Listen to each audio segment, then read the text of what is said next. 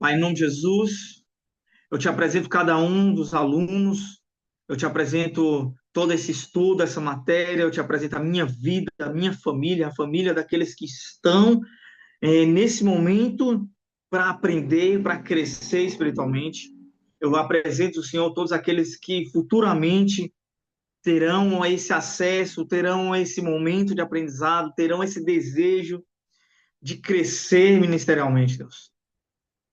Abra o entendimento, abra a mente, abra o conhecimento, que o teu espírito de sabedoria repouse sobre cada um de nós, o teu espírito de temor repouse sobre cada um de nós, e que possamos verdadeiramente sermos ministros íntegros em teu reino. Assim eu te peço, em nome de Jesus. Amém e amém. Glória a Deus. Meu amado, para iniciarmos a aula de hoje, nossa sétima aula, um tema muito interessante, um tema relacionado à ética, integridade e responsabilidade. Três fatores, três virtudes que todo ministro de Deus precisa ter. É impossível um ministro de Deus ele não caminhar nesses três pilares: integridade, ética e responsabilidade, tá?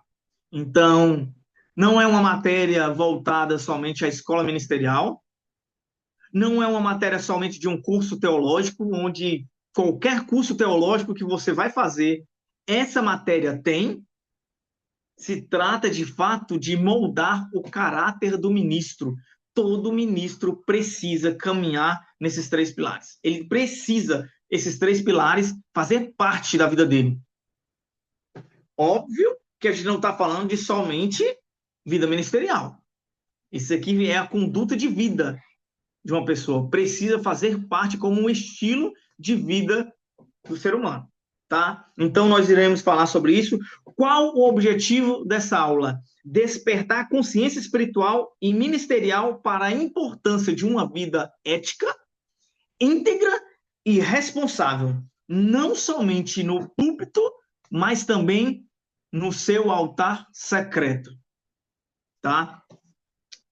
Tanto no púlpito quanto no altar secreto. É impossível uma pessoa manter uma vida no público, ele ser de uma forma, vamos dizer, o homem de Deus, e no altar secreto não ter. Não ter vida com Deus. Tá? Então, primeiro ponto, eu queria que você anotasse esse versículo aí. Isaías 58, verso 1. Isaías 58, verso 1 diz assim: clama em alta voz, não te detenhas, levanta tua voz como a trombeta e anuncia ao meu povo a sua transgressão. Deus está buscando líderes, Deus está buscando ministros que não apenas conheçam os princípios, mas vivam ele e expressa esses princípios em sua própria vida. Deus não está somente buscando pessoas de conhecimento. Deus não está buscando somente pessoas que saibam da palavra. Deus está atrás de pessoas que vivam a palavra e essa palavra faz parte da sua vida como um estilo de vida. Adquirir conhecimento é fácil, irmão. Você compra livros, você compra cursos, você entra numa escola. É fácil você adquirir conhecimento. Só porque Deus está atrás de pessoas que não somente conhecem, mas vivem o que conhecem. Tá? Então, vivemos dias em que a integridade está sendo relativizada. Ela está num momento onde fala muito, mas vive pouco. Nós estamos num momento da história, no momento da igreja, onde as pessoas falam de tudo, porém não vivem o que falam. Então, Isaías 58, verso 1, nos leva a entender isso. Precisamos ser como trombetas. Precisamos ser como trombetas. Porém, não somente que fazem barulho, mas tudo aquilo que a gente fala seja evidente em nossa vida. Um ministério que não tem uma vida pautada em ética, integridade e responsabilidade é um ministério de entretenimento. E tudo o que ele faz se transforma em palco. Se transforma em palco. E não em altar. O que é um altar, amado? O altar exige pureza. O altar é onde emana fogo. Tá? Então, anota esse versículo aí, Isaías 58, perdão, é o 31, tá? Isaías 58, 31. Meu amado, as pessoas têm tratado o ministério como se fosse um palco de entretenimento. Falam do que as pessoas querem ouvir, fala daquilo que ela mesma não vive e querem que as outras pessoas vivem. É impossível o fogo de Deus descer sobre um altar que não tem ministros de caráter. É impossível. Uma certa vez uma pessoa pegou e falou assim para mim: mas quando eu toco e eu canto, o fogo de Deus vem. E olha como é que eu vivo. E eu vou te falar, essa pessoa vivia uma vida depravada, uma vida muito torta. Ela não caminhava comigo, essa pessoa. Eu estou falando de uma pessoa que eu conheci. O fato de Deus usar uma pessoa ou liberar o dom sobre essa pessoa não significa que Deus aprova suas atitudes. E numa hora certa, o fogo de Deus sai desse altar e consome ela. E isso pode ser forte, que eu estou falando, mas é verdadeiro. Então, o fato de Deus usar uma pessoa, liberar dom sobre essa pessoa, não significa que Deus aprova a atitude dessa pessoa. Nós temos prova disso na vida de Sansão. Deus usou a vida de Sansão. Sansão era o exército de um homem só. Olha comigo. Quando Deus liberava o povo para a guerra, ia um grande exército. Mas quando Deus liberou o povo de Israel contra os filisteus, na época dos juízes, só foi Sansão. Sansão era esse homem, um exército de apenas um homem. Deus usava ele de uma forma estrondosa. O Espírito do Senhor tomava conta da vida desse homem. Deus usava ele, mas Deus reprovava as atitudes dele. Tá? Então, Deus não está atrás de pessoas que vivem de palco. Deus está atrás de pessoas que são homens e mulheres de altar. Altar tem fogo vivo que desce do céu. Altar é lugar de pureza, meu amado. Altar é lugar de pureza. Então eu queria que você pensasse isso. Ética cristã é inegociável. Integridade cristã é inegociável. E responsabilidades são inegociáveis. Todo ministro de Deus precisa ter ética, integridade e responsabilidade. É como eu falei, não é uma matéria da escola ministerial. Não é uma matéria de um curso teológico, sendo que todo curso teológico tem essa matéria. Se trata, de fato, de um caráter moldado. Se trata, de fato, de pilares que todo ministro precisa ter, tá? Então, anota aí fundamentos teológicos da integridade. O que significa integridade? Integridade, no hebraico, é uma palavra chamada tamim, tá? Integridade significa inteiro, completo, sem defeito e puro. Olha o que significa. Completo, inteiro, sem defeito, puro. Eu não sei se você se recorda de um texto. Olha o que fala em Jó 1:1. Jó fala bem assim no livro: homem íntegro, reto e temente a Deus. O que Deus estava falando a respeito de Jó? Um homem completo, um homem puro, um homem sem defeito algum. Meu amado, tu já parou para pensar Deus pensar isso ao teu respeito?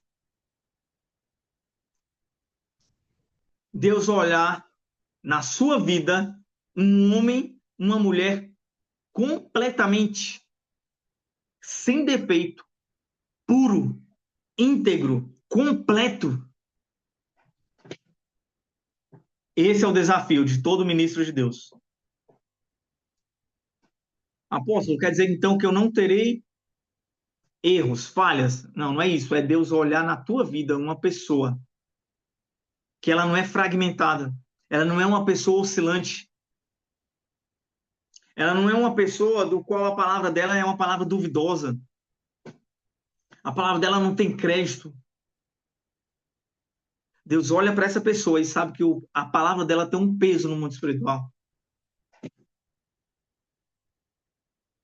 Então, a palavra integridade no hebraico é também completo. Gênesis 5:24. E Enoque andou com Deus. Enoque andou com Deus. Integridade é andar com Deus quando ninguém está te vendo. Integridade é você ser alguém sem defeito quando ninguém está te vendo. Ser alguém perfeito quando tem olhares é fácil. Entra nas redes sociais. Pega os ministros que você costuma seguir. Você vê uma vida esplêndida. Você vê uma vida espetacular. Ter esse tipo de vida, quando tem milhares de seguidores, quando está em cima de um púlpito, onde tem inúmeras pessoas vendo, é fácil. Deus nos chama a andar com Ele quando ninguém está vendo. Ser íntegro quando não tem ninguém para aplaudir. Quando não tem ninguém para tirar a foto, não tem a mídia para tirar foto, para filmar. É ser íntegro, é reto, é ser alguém completo, sem defeito, puro, quando é somente você e ele. Esse é o desafio.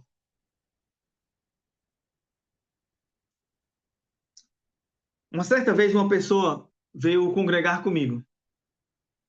E quando essa pessoa veio congregar comigo, ela pegou e falou assim: apóstolo, eu estou aguardando a minha carta. Eu estou aguardando a minha carta de recomendação para vir congregar aqui. Aí eu falei assim: não, não precisa a carta, não. Não precisa carta de recomendação. Ela, nossa, nessa igreja não precisa de carta? Eu falei assim: não, não precisa. Ela, por quê? Porque eu aprendi, e eu costumo falar isso, que eu gosto daquele ditado dos mais antigos, ditado de velho. Tu vai conhecer a pessoa comendo 1 quilo de sal com ela. Você pegar uma carta de recomendação e você ler como essa pessoa é quase um semideus, é a quarta pessoa da Trindade, é fácil. A gente conhece a pessoa no convívio do dia a dia.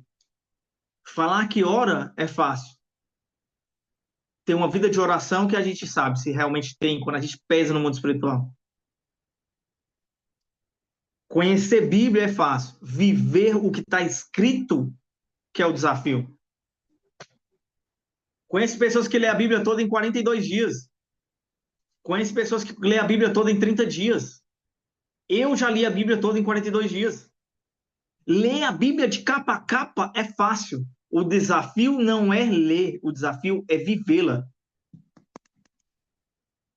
Então, Enoque andou com Deus a que nível? A nível de quando não tinha ninguém para aplaudir. Então, esse é o desafio, tá? Jesus foi o exemplo, meu amado. Jesus ele foi o modelo de alguém totalmente íntegro, de uma vida perfeita, de uma ética perfeita, de um nível de responsabilidade como nenhum outro teve. Jesus é esse modelo a ser seguido, tá? Então, o modelo de ética perfeita. Olha o que está escrito em 1 Pedro 2:22. Nele não se achou engano algum.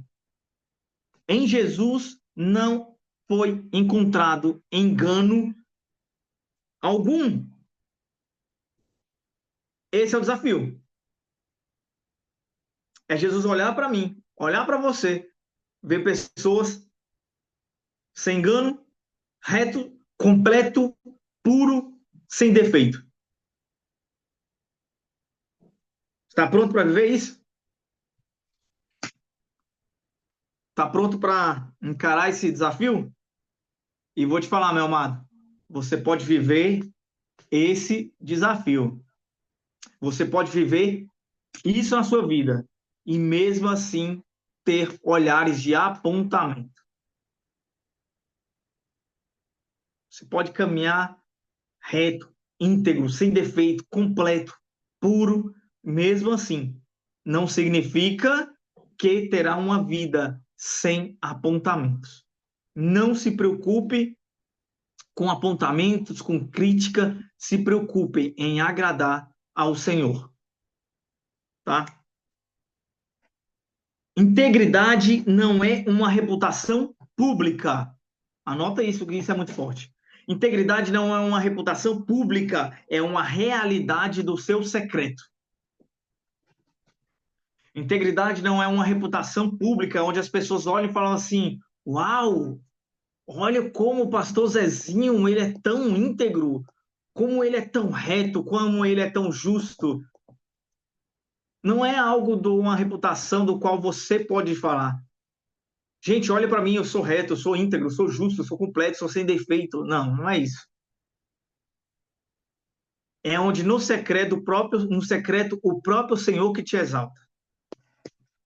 O que você é quando ninguém está olhando define o que você é quando ninguém está te olhando. Define se Deus poderá usar a sua vida ou não. O que você é quando não tem todo aquele glamour, todo aquele foco em cima de você, define se Deus poderá usar a tua vida ou não. Você entrando numa escola ministerial, você almeja ser formado, você almeja profeticamente ser capacitado. Mas que vai determinar se Deus usará a sua vida ou não é tudo aquilo que você adquire após essa aula, após o final de culto, após as reuniões, após as conferências, após os congressos. É tudo aquilo que você consegue construir no teu secreto, determinará se Deus usará a tua vida ou não. E isso é muito forte. Anote isso. O que você é quando ninguém está olhando define se Deus pode te usar publicamente com autoridade espiritual. Eu conheci uma pessoa no passado, muito tempo atrás. Nesse tempo eu não era nem pastor ainda. Muito, muito tempo atrás. Essa pessoa ela cantava de uma forma formidável. Cantava demais. Meu Deus do céu, cantava muito. Só porque ela tinha um sério problema. Era um nível de soberba alto demais também. E ela falava bem assim: se eu canto isso tudo em português, imagina no dia que eu aprender inglês. A gente está falando de uma pessoa que era cristã. Ou pelo menos deveria ser. Amado, cantar muito, pregar muito, dançar muito, ter excelente esboço, não significa que Deus está usando. Um bom músico não significa que ele tem unção. Um bom ator não significa que ele tem unção. Um bom pregador com um excelente esboço não significa que ele tem unção. O que vai definir se Deus te usará de uma forma pública com autoridade e unção é aquilo que você é quando ninguém está te vendo. Só Deus te vê. E isso é muito forte. Olha só, eu não, nem coloquei isso aqui na pauta da aula de hoje, mas recordando aqui agora, o templo era dividido em três partes. Todo mundo sabe que tinha o átrio, o santo lugar e o santo dos santos. No átrio, as pessoas ficavam lá no pátio, lá fora. Aí tinha o segundo repartimento, que era o santo lugar, o lugar santo. E tinha o Santíssimo, que era o Santo dos Santos. E o Santo dos Santos era onde o sumo sacerdote entrava uma vez por ano. Uma vez por ano. Todos se recordam que ele entrava, ele amarrava uma corda na cintura, ele entrava com um incenso lá dentro, e quando ele entrava lá na rua, no Santo dos Santos, ele começava a balançar para que tomasse de conta a fumaça naquele recipiente, naquele ambiente. Olha o nível. Então ele sacudia o incenso, balançava de um lado para o outro, tomava de conta ao ponto que tudo tomou pela glória de Deus. Já aproveitando o gancho aqui também, que eu gosto desses negócios, as pessoas costumam falar Shekinah. Amado, já anota aí. Shekinah significa habitação e não glória. Glória é cabode. Então, cantar derrama a tua Shekinah de uma forma até estranha, porque você está cantando derrama a tua habitação, tá? Cabode. Então, a glória estava dentro daquele lugar. A fumaça tomou conta de tudo. A que ponto? Ao ponto que somente os olhos de Deus conseguissem enxergar o sumo sacerdote. O sumo sacerdote ele não conseguia olhar a ponta dos seus pés. Ele não conseguia enxergar nada. Agora ali era somente a glória de Deus que tomava conta de tudo. A fumaça do Senhor tomou conta de tudo. Então, uma vida pública é algo. Uma vida no secreto é totalmente diferente. E você precisa ter os dois altares. O altar público evidencia aquilo que você deve viver ou já vive no secreto. E o altar secreto te expõe no público. Tá? Então, pense nisso. Anota o terceiro tópico dessa aula de hoje. Ética cristã no ministério. Ética cristã no ministério. A palavra ética vem do grego ethos, tá? Que significa modo de ser ou caráter. Ethos significa modo de ser ou caráter. O que significa isso? É um conjunto de valores morais que guiam a conduta de um indivíduo ou de um grupo. Todo ministro, ele precisa ser alguém de um caráter inquestionável. Ele não pode ter um caráter duvidoso, e é por isso que Deus nos convida a transformar o nosso caráter pelo caráter de Cristo. A gente não está falando de você ter um bom caráter. Existem pessoas que têm mau caráter. A gente não está falando de ter um bom caráter, a gente está falando de ter o caráter de Cristo. A personalidade de Cristo, o modo de ser de Cristo, os conjuntos morais de Cristo. Então,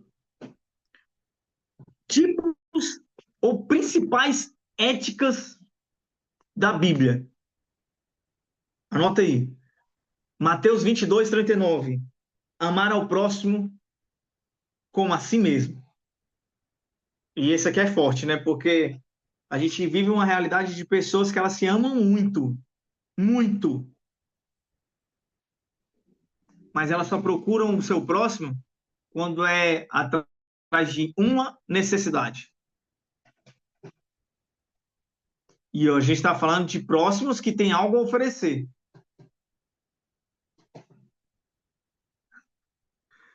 Eu conheço essa igreja, André. Conheço sim essa igreja. Tem uma história engraçada sobre essa igreja, depois eu vou te contar. É engraçado porque eu era novo e eu fui visitar uma outra igreja, a igreja estava fechada, eu fui com esse povo visitar uma outra igreja, eu nem conhecia eles e eu acabei me perdendo na cidade. Amar ao próximo como você se ama. Amar o próximo como você se ama, meu amado. Amar quem não tem algo a oferecer. Amar de forma de quem não tem algo a te dar algo em troca. Isso é um princípio e uma das principais éticas bíblicas. Segunda ética bíblica: agir com justiça, misericórdia e andar humildemente diante de Deus. Miqueias 6:8. Terceira ética bíblica: falar a verdade, mas em amor. Efésios 4:15.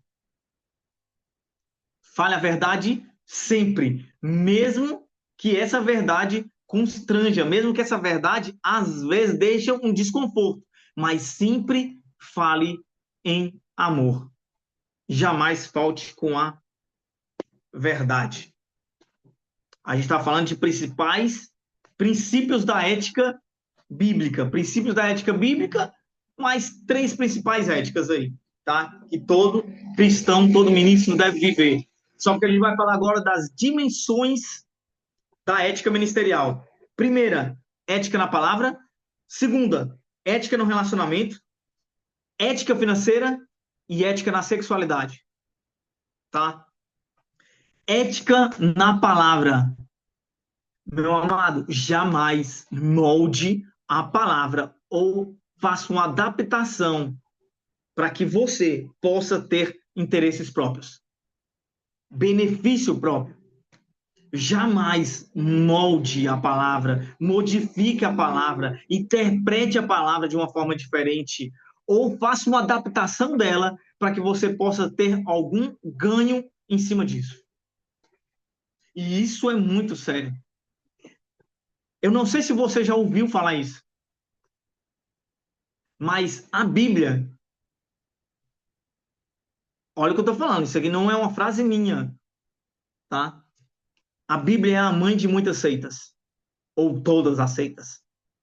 Por quê? Porque tudo que sai é alguém que pegou um versículo e adaptou ao seu próprio interesse. Assim, ele pega um versículo, começa a fazer desse versículo a sua própria verdade, sem olhar o contexto, só olhou apenas o versículo se agradou a ele, pronto. E agora ele começa o quê? Fazer desse versículo o estilo daquela denominação, o estilo daquela seita, daquela religião, e assim vai saindo inúmeras coisas da onde? Tudo da Bíblia. Uma pessoa que pegou errado, fez uma adaptação e começou a viver daquilo. Eu não sei se você viu o noticiário, isso é muito antigo. Um pastor, ele pegou e começou a se relacionar com duas mulheres. Casou, entre aspas, a gente sabe que no Brasil não pode, mas ele começou a ter um casamento com duas pessoas. E foram perguntar para ele aonde isso na Bíblia dava respaldo. Um ministro do evangelho, um pastor, por dessa forma. E esse senhorzinho, ele pegou e falou assim: olha aqui o versículo. Está escrito aqui: e pegarás a mulher e adulterarás. Ele comeu um assento que estava escrito: pegará a mulher adúltera. E ele achou que ele poderia adulterar. A repórter leu o versículo correto e mesmo assim ele se questionou, acreditando que estava certo. Assim tem inúmeras pessoas. Inúmeras. Pega o versículo para extorquir, para manipular, para tratar o povo como se fosse seus e não de Deus. A palavra não fala que daria uma igreja para o pastor. A palavra é que daria um pastor para a igreja. Deus nunca falou que entregaria o povo para o pastor, para o ministro. Falou que daria homens, pastores, segundo o seu coração para o seu povo. Eu não sou apóstolo na essência da adoração, eu estou como apóstolo na essência da adoração. A igreja não é do apóstolo Rafael, a igreja é de Cristo, eu somente sou servo e ministro do Senhor. Então, jamais molde a palavra, faça adaptação na palavra para ganho, interesses ou algum benefício. Dimensões da ética ministerial. A primeira aí foi ética na palavra. Segunda, ética no relacionamento, meu amado. Ética no relacionamento. A gente está falando de pastores, líderes, discipuladores, ministros que devem ser confiáveis. Eu tenho filhos espirituais que de fato não somente caminham comigo. Eu não estou falando de alguém que é da igreja que eu pastoreio. Eu estou falando de filhos espirituais que foram gerados, que tem a total liberdade ou capacidade de cuidarem da igreja numa ausência minha. E eu não estou falando de ausência de um culto, estou falando de ausência de 1 ano, 2 anos, 10 anos. Pessoas confiáveis. O que eu quero que vocês entendam? Que na ética em relacionamento, todo ministro ele precisa ser confiável em suas palavras, nas suas atitudes, em todo aspecto. É um ministro seu e fala assim: eu tô contigo nessa campanha de oração aí, e você saber que de fato ele está orando. Ele é confiável, a sua palavra tem peso, tem crédito. Terceira dimensão, ética financeira, prestação de contas, transparência e temor. Ética financeira, um ministro que tem a capacidade de ser transparente em suas finanças. Se recorda de Atos capítulo 5? Escreva aí quem era em Atos capítulo 5. Escreva aí rapidinho quem era. O texto fala de quem?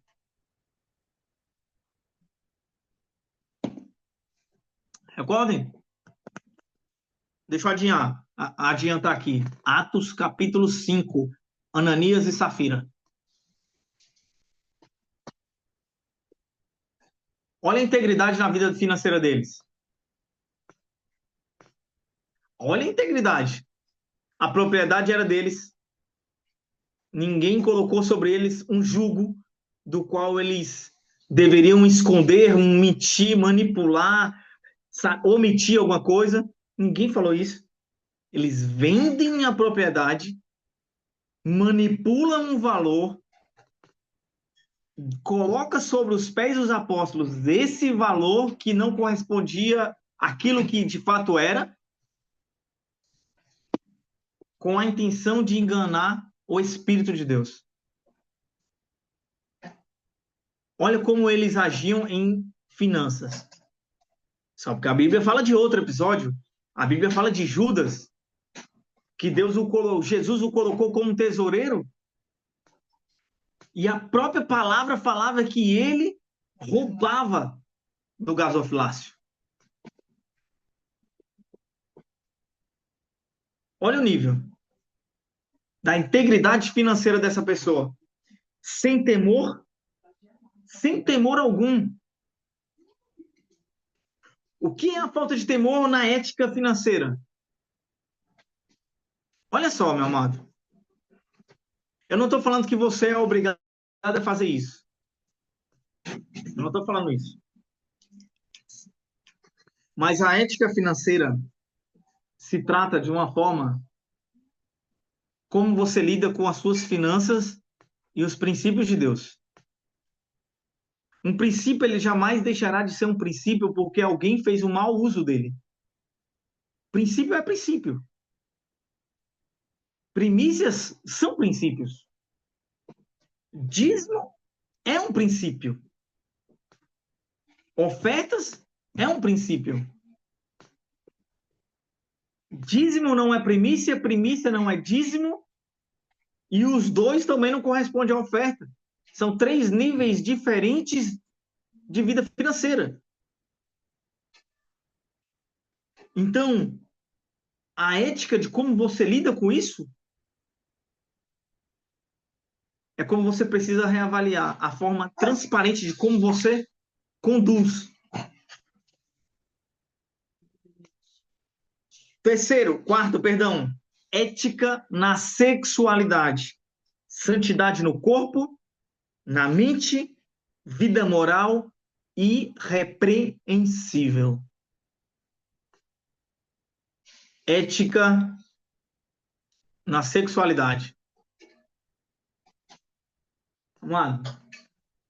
Você já viu a quantidade de ministros que caem nesses últimos tempos? Nesses 2 últimos pontos? Na vida financeira e na sexualidade? Olha a imensidade de ministros que têm caído em pecado nesses 2 pontos. Quer aconselhar quem não deve? É por isso que não entra eu não sei nem como é que eu posso dizer, uma conduta ministerial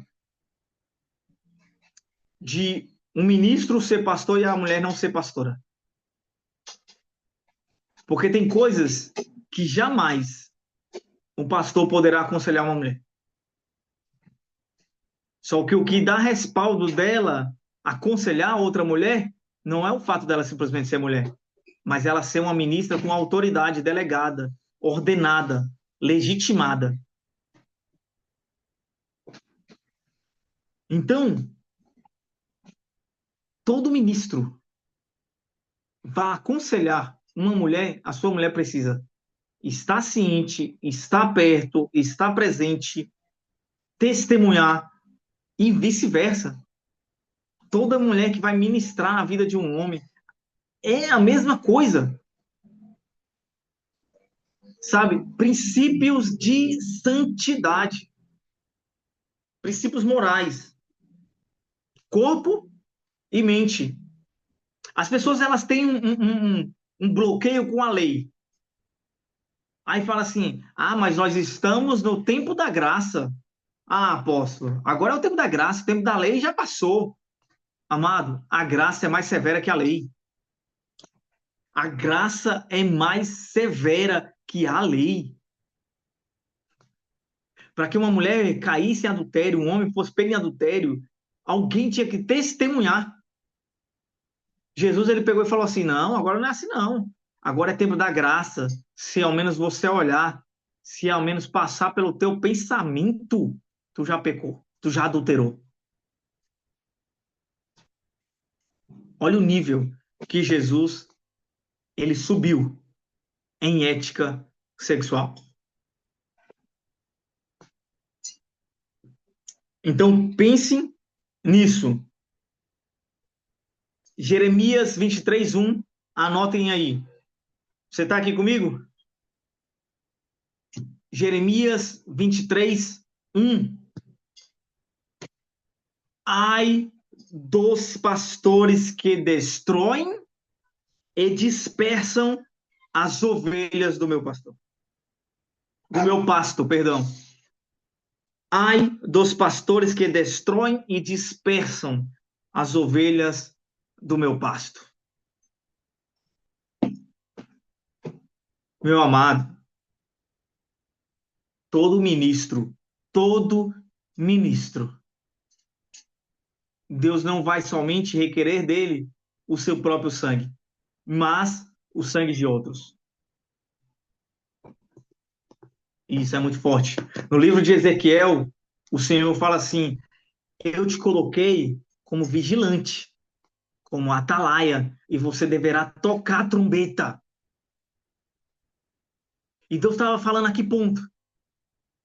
Ao ponto que esse atalaia deveria estar em cima de uma torre, com um chofar na mão, e quando o inimigo viesse, ele tocava o chofar. Se o inimigo viesse e matasse alguém, e essa pessoa que morreu, morreu porque o atalaia estava disperso, distraído e não tocou a trombeta, o chofar, o sangue dessa pessoa caía sobre o atalaia. Deus iria cobrar o sangue daquela pessoa que morreu do atalaia. Mas se caso o atalaia tocasse e a pessoa que ouviu o chofar tocar não desse a mínima, aí a culpa era dele mesmo. Quem está falando é o próprio Senhor. Nós, como ministros, nosso papel é discipular, é orientar, é fazer com que essa pessoa ela compreenda padrões de vida cristã, padrão de vida moral, do que é viver em santidade, só porque essas pessoas elas podem viver conforme elas querem. Não é nós, como ministros, que podemos moldar a ela viver com uma vida obrigada. O que nós não podemos é fazer com que essas pessoas elas sejam dispersas porque foi colocado um jugo do qual não tem como elas viverem. Cada pessoa tem um tempo, tem um alimento, cada pessoa. Existem pessoas que falam assim, apóstolo, me fala sobre as 9 dimensões do céu. Amado, podemos falar sobre isso? Claro que podemos. Claro que podemos falar sobre as 9 dimensões do céu. Claro que podemos falar sobre ministérios angelicais. Claro que podemos falar sobre coisas profundas. Só porque para que a gente comece a chegar nesse nível de alimento mais sólido, muito mais profundo, pelo menos o básico já tem que estar vivendo de uma forma muito íntegra, muito adaptável. Ninguém entrega feijoada para um recém-nascido. Primeiro ele passa pelo leite. Estamos entendidos? Então, entendam esse nível de responsabilidade pastoral. E quando a gente fala pastoral, o que a gente está falando? De todos, não somente pastores, mas cada ministro, cada líder, cada cristão podemos dizer assim, porque Deus confiou a você dons, talentos, unção, autoridade. Deus confiou a você palavras. E isso tudo a fim de que não somente você seja salvo, mas quem olha para você se espelhe em você e também alcance a salvação. Quarto ponto: responsabilidade espiritual e pública. A vida privada molda o ministério público. A minha vida privada molda como o meu ministério público se comporta. Não se pode viver uma vida de pecado oculto e esperar unção legítima no altar. Deus não unge performance, Deus unge caráter.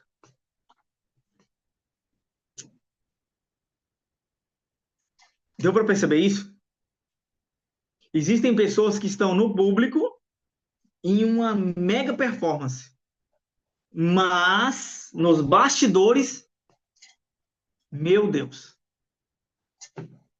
em cima do altar é o Charamanaias, é a tocha, mas quando fecha a cortina, quando desce do altar, quando tira o microfone da mão, quando a Bíblia fecha,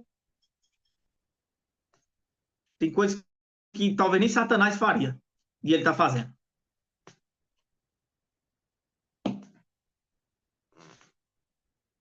Isso é forte, meu irmão. Isso é sério. Deus não unge performance. Deus unge caráter. Nós falamos isso na aula passada. Precisamos ter um caráter moldado, que corresponde à autoridade que Deus quer derramar sobre nós. Tá? Responsabilidade espiritual. O líder presta contas a Deus pelas vidas que pastoreia. Hebreus 13, 17. Olha o que ele está falando. Obedeçam aos seus líderes e sejam submissos à autoridade deles. Eles cuidam de vocês como quem deve prestar contas. Eu vou prestar contas a Deus.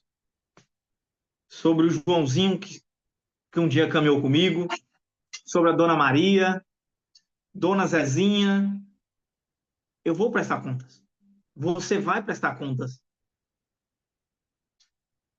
Isso precisamos entender sobre uma responsabilidade espiritual. Qual tipo de responsabilidade tenham, então, como pública? Essa foi a espiritual. E pública? Sua imagem comunica o evangelho ou escandaliza ele?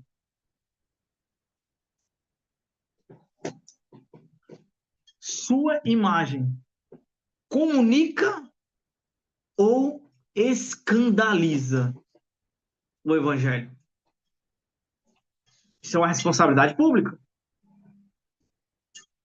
As pessoas devem olhar para mim, para você e ver o caráter de Cristo. Alguém que de fato se pareça com o Senhor. Aqui na nossa igreja a gente não tem uma regra do que se vestir. Mas o direcionamento é: olha no espelho. Glorifica o Senhor. O que o Senhor ministra em tua vida? O que o Senhor fala contigo? Então, o meu comportamento, a minha imagem, o jeito que eu conduzo, ela tem glorificado o Senhor ou escandalizado? O líder, ele representa o reino de Deus como um embaixador no mundo. Ele é o embaixador de Cristo, segundo os Coríntios 5:20. Então, as pessoas olham para mim, olham para você e devem imaginar como Cristo é. Sou um embaixador dele. Tu é um embaixador dele. Isso é uma responsabilidade pública, irmão. Isso não tem a ver com secreto. Tem a ver de como você se comporta na sociedade. Certo? 5 pontos. Quinto ponto. É um alerta profético. Levítico 10:2 conta a história de dois homens que estavam diante do altar. Nadab e Abiú. Nadab e Abiú. Então saiu fogo diante do Senhor e os consumiu. Fogo saiu diante do altar e consumiu a vida desses dois homens. Por quê? Porque saiu um fogo estranho. Ministério movido pela carnalidade, vaidade e rebeldia, o Senhor trata com eles. Tem muito ministro rebelde em cima do altar. Se não for do meu jeito, eu desço do culto na metade do culto. Se não for assim, se não for assado, tá oferecendo fogo estranho. Tá louvando em cima do altar e tem birra com o líder. Tá ministrando em cima do altar e tá falando mal da sua cobertura, da sua paternidade. Todo fogo estranho, ele é movido pela carnalidade, pela impureza, pelo pecado, pela vaidade, pela rebeldia. Sem integridade, sem ética, sem responsabilidade, o altar se torna um juízo. Faça essas perguntas a você. Em qual área preciso, qual área da minha vida onde a integridade foi comprometida? Sou ético com o que ensino, vivo e represento? De fato, aquilo que eu falo é o que eu estou vivendo? Ou só é uma aparência? Terceira pergunta. A minha vida secreta glorifica a Deus? Amado, você não pode ser, no ministério, um santo, e quando você está fora do ministério, um profano. Você não pode estar entre os teus irmãos de igreja, tu é quase um dos 12. Tu é quase um dos 70. Tu é a quarta pessoa da Trindade. Meu irmão, tu não pode ser assim. E quando você está entre as pessoas que não são cristãs, você assenta nas rodas dos escarnecedores. Não pode. Então, tua vida secreta glorifica a Deus? Tenho a quem prestar contas espiritualmente? Tu tem a quem prestar contas espiritualmente? Tem ministros que estão na escola que são meus filhos espirituais. Eles prestam contas a mim. Assim como eu sou filho espiritual de alguém que também presto conta a ele. A gente não está falando de um jugo. A gente não está falando de imposição porque a gente não é dono de pessoas. A gente precisa entender que nós não somos ovelhas desgarradas. Ovelha de um rebanho rebelde, que dá na telha e faz o que quer. Somos ovelhas que escutam a voz do Senhor. Sabe qual é a importância de você ter um mentor? E esse mentor não é aquele que somente você se aconselha com ele só nos momentos bons, mas aqueles momentos que também você precisa viver, sabe, romper da tua vida, deixar para trás, que ele tem a capacidade de não somente te apontar, direcionar, te alavancar, mas também de te frear.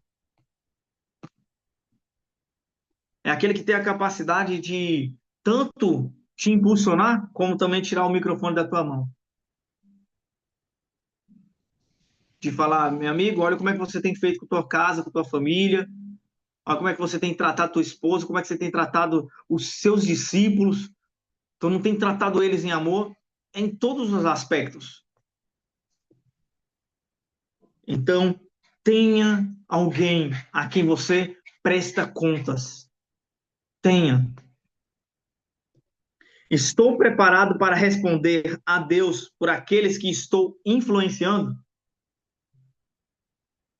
Você está preparado, meu amado, para responder a Deus e apresentar todos aqueles que você tem influenciado, em todos os aspectos, com o que você fala, com o que você assiste, do que você escuta, como você se comporta? Você está preparado para isso? Pense nessas perguntas aí, meu amado. Para a gente encerrar a aula de hoje. Porque o juízo começará pela casa de Deus. 1 Pedro 4:17. A integridade, a ética, a responsabilidade não são ornamentos ministeriais, são fundamentos inegociáveis. Não é algo do qual posso agir com ética, posso ser íntegro, posso ser responsável ou não. Não, não é isso. Porque temos que prestar conta da vida do irmão. Eu não sei se foi uma pergunta, mas a verdade, Andréia, essa questão de prestar conta, que você está falando, prestar conta da vida do teu irmão, não significa que, caso essa pessoa ela caminhe pela vida errada, significa que o sangue dela repousa sobre você, não. Mas caso você veja ela no erro e você não orienta ela, a Bíblia te declara, na verdade, que isso é um pecado de negligência. Vou dar um exemplo. Eu vejo a conduta errada de um irmão que eu discipulo na igreja, que é um membro da igreja, e eu estou vendo a conduta errada dele. E eu não exorto, eu não oriento, eu não discipulo ele, eu estou sendo conivente com o erro dele. E por isso eu vou prestar contas. Eu estou vendo ele pecar e eu não tenho feito nada. Não significa que eu orientei, discipulei. Se ele não quiser viver, ele tem o livre-arbítrio. É por isso que Deus, quando ele fez a dimensão do Éden, ele colocou árvores, aquelas dimensões do bem e do mal lá dentro, e não fora. É porque Deus ele quer que nós possamos ser filhos livres e não escravos. Temos o poder de escolha. Então, a aula de hoje é isso: ética, responsabilidade, integridade. Sabe, a palavra do Senhor fala: sede santos como Ele é santo.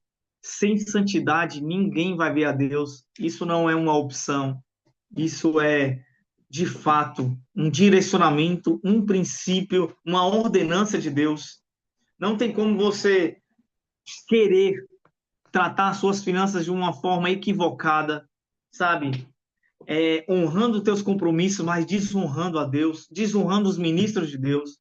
Não tem como você querer que tuas orações são respondidas, você desonrando a sua esposa. Não tem como você querer ter filhos espirituais se você não for filho espiritual de alguém.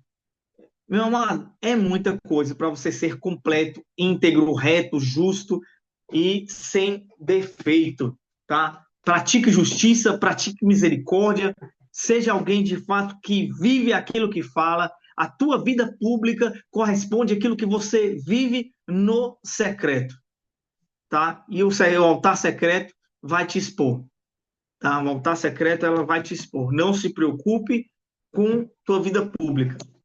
Aquilo que você está vivendo no secreto. Você pode ter certeza que Deus ele vai te dar respaldo com unção e autoridade. E em nome de Jesus, você vai ver uma vida pública não de aplausos, mas pelo aquilo que os céus falam. Tá bom? Deus abençoe a vida de todos. Tem alguém que quer falar algo? Nós estamos encerrando nossa aula agora.